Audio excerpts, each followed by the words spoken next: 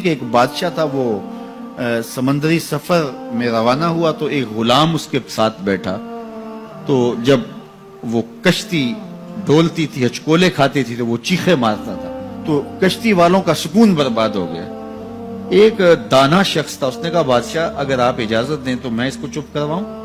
اس نے کہا یہ تو کمال مہربانی ہوگی۔ تو اس نے دو نوجوانوں کو کہا کہ اس کو ذرا ہاتھوں سے اور پاؤں سے پکڑ کر کے پانی میں غوطے دو، تو اس کو پانی میں پھینکا، جب وہ ڈوبنے لگا نکالا اور کشتی میں بٹھایا، وہ چپ کر کے بیٹھ گیا، اب کوئی چیختا نہیں ہے۔ تو بادشاہ نے کہا کہ اے دانا شخص، مجھے سمجھ نہیں آئی کہ یہ شخص کو آپ نے کیسے چپ کروا دیا؟ کہا بادشاہ دریا میں غرق ہونے کی تکلیف کو نہیں جانتا تھا، اس لیے کشتی کی سلامتی کی قدر نہیں تھی اس کو، اب اس نے وہ غرق ہونے کی تکلیف دیکھ لی، اب کشتی کی سلامتی کی اس کو قدر ہو گئی ہے۔ تو اللہ نے جو ہمیں عطا کیا ہے، آپ دیکھیں کہ اس سے نیچے کتنے لوگ بستے ہیں۔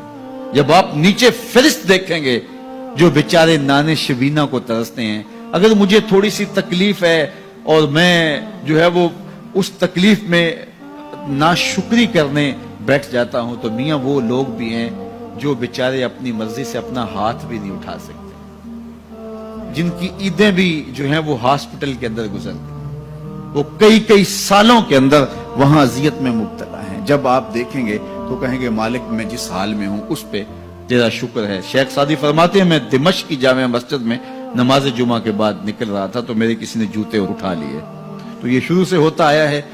تو کہتے ہیں کہ میں ننگے پاؤں جا رہا تھا اور میری حالت یہ تھی کہ میں جوتا خریدنے کی استطاعت بھی نہیں رکھتا تھا، تو میں دل میں شکوہ کنا تھا کہ اتنا بڑا لوگ تجھے امام سمجھتے ہیں اور تیری یہ مالی پوزیشن کہ جوتے بھی نہیں خرید سکتا۔ تو آگے میں نے دیکھا ایک شخص تھا جس کے پاؤں ہی نہیں تھے اور وہ رینگتا ہوا آ رہا تھا، میں فوراً سجدہ ریز ہو گیا، مالک شکر ہے تو نے پاؤں تو عطا کیے، جوتے آج نہیں تو کل نصیب ہو جائیں گے۔ تو جو میسر ہے اس کی قدر سیکھو، جو میسر نہیں ہے اس کی جلن میں اپنے آپ کو جلانے کی کوشش نہ کرو، تو زندگی سوکھی ہو جائے گی۔ یہ ضابطہ میرے حضور نے دیا، انظروا الی من هو اسفل منکم، اپنے نیچے دیکھنے کی عادت ڈالو، تم سکھی ہو جاؤ گے، تم پریشان نہیں ہوگے۔ لیکن اگر شوق ہو تمہیں اوپر دیکھنے کا تو فرمایا پھر دین میں جو اپنے سے اوپر ہیں ان کو دیکھو، کہ میں تو یار صرف 5 پڑھتا ہوں، یہ تہجد بھی پڑھتا ہے، میں تو صرف رمضان کے فرض روزے رکھتا ہوں اور یہ ہر ماہ نفلی بھی رکھتا ہے، میں تو صرف زکوٰۃ دیتا ہوں، یہ صدقات و خیرات بھی کثرت سے کرتا ہے، یہ لوگوں کے کام بھی آتا ہے، دکھیوں کی مدد بھی کرتا ہے، تو پھر ان کو دیکھو گے تو پھر تمہارے عمل میں قوت پیدا ہوگی۔ اوپر دیکھنے کا شوق آ جائے تو دین میں جو اوپر ہے ان کو دیکھو، ورنہ نیچے دیکھو، نیچے دیکھو گے زندگی سوکھی رہے گی۔ اپنی مٹی پہ ہی چلنے کا سلیقہ سیکھو، اپنی مٹی پہ ہی چلنے کا سلیقہ سیکھو، سنگ مرمر پہ چلو گے تو پھسل جاؤ گے۔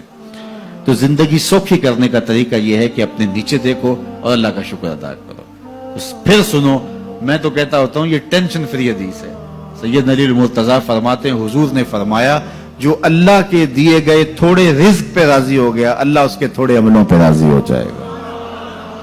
زندگی سوکھی کر دیتی ہے یہ حدیث پاک۔ تو جو اللہ نے دیا مالک تیرا شکر ہے، یہ تھوڑا کرم ہے کہ تو نے ہمیں انسان بنایا ہے، ہمیں فہم و ادراک کی دولتیں دی ہیں، ہمیں شعور اور خرد عطا کیے ہیں۔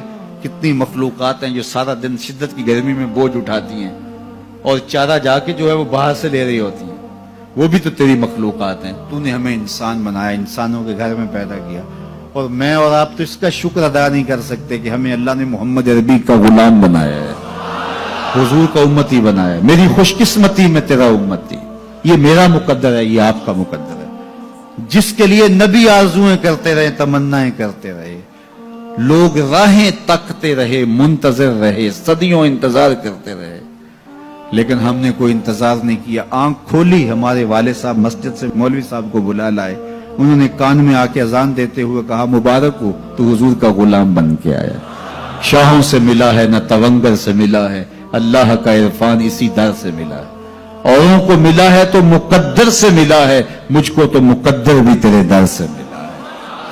یہ میری اور آپ کی خوش بختی، تو جتنا بھی شکر ادا کریں تھوڑا، تو لوگوں کے کام آئیں، لوگوں کے لیے جو ہے وہ خیر کی چابی بنے اور شر کا تالا بنے۔